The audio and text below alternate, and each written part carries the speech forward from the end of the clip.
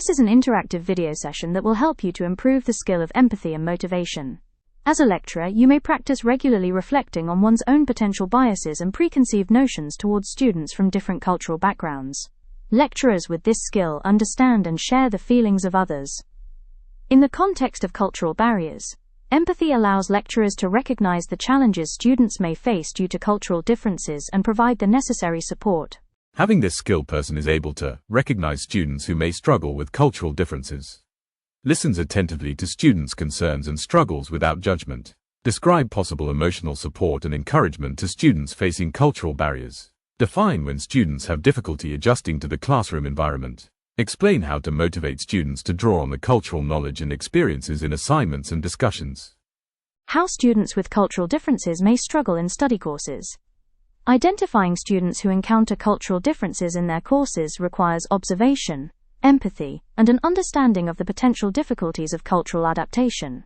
The following behavioral, emotional, and academic issues should be noted.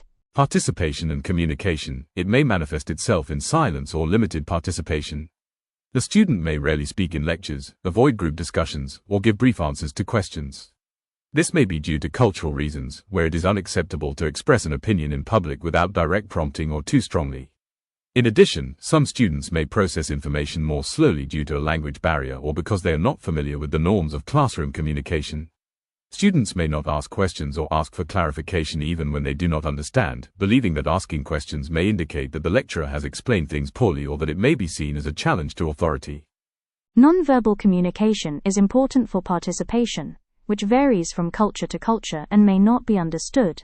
An example of this is smiling during serious discussions. There may be difficulties working on joint group projects. When it is difficult to get involved in group projects, the student is isolated in the group or does not contribute effectively. In this case, a cultural reason may be that different cultural norms related to teamwork, leadership, individual contribution, and communication styles can cause tensions between students from different cultures. Social and emotional signs. If a student spends breaks or free time alone, does not communicate with peers, isolates himself from the social environment, the reason may be homesickness, feeling misunderstood, inability to establish relationships due to cultural barriers or ignorance of local social customs. Constant adaptation to unfamiliar norms can lead to stress, fatigue, and a feeling of frustration that the student is misunderstood or separated. The feeling of isolation can arise due to a new cultural environment, language barrier, and academic expectations.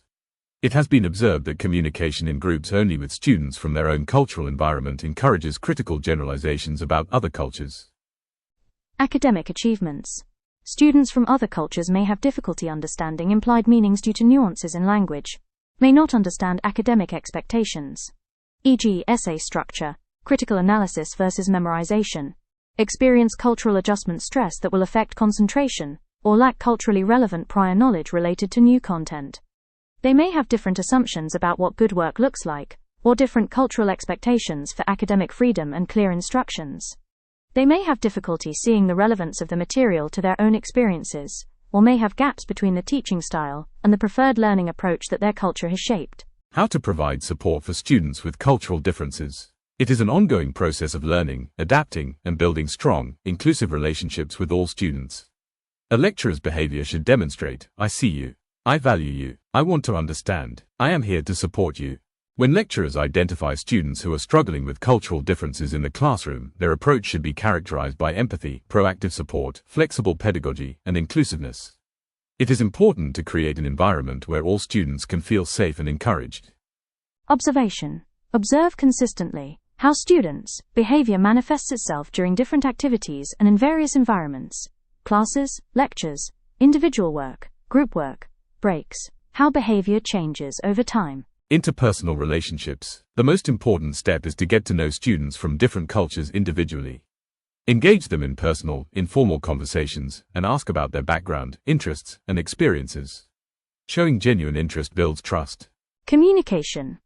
If you notice that a student is having difficulty integrating into a group, course, or shared activity, approach them privately and express your concern and empathy.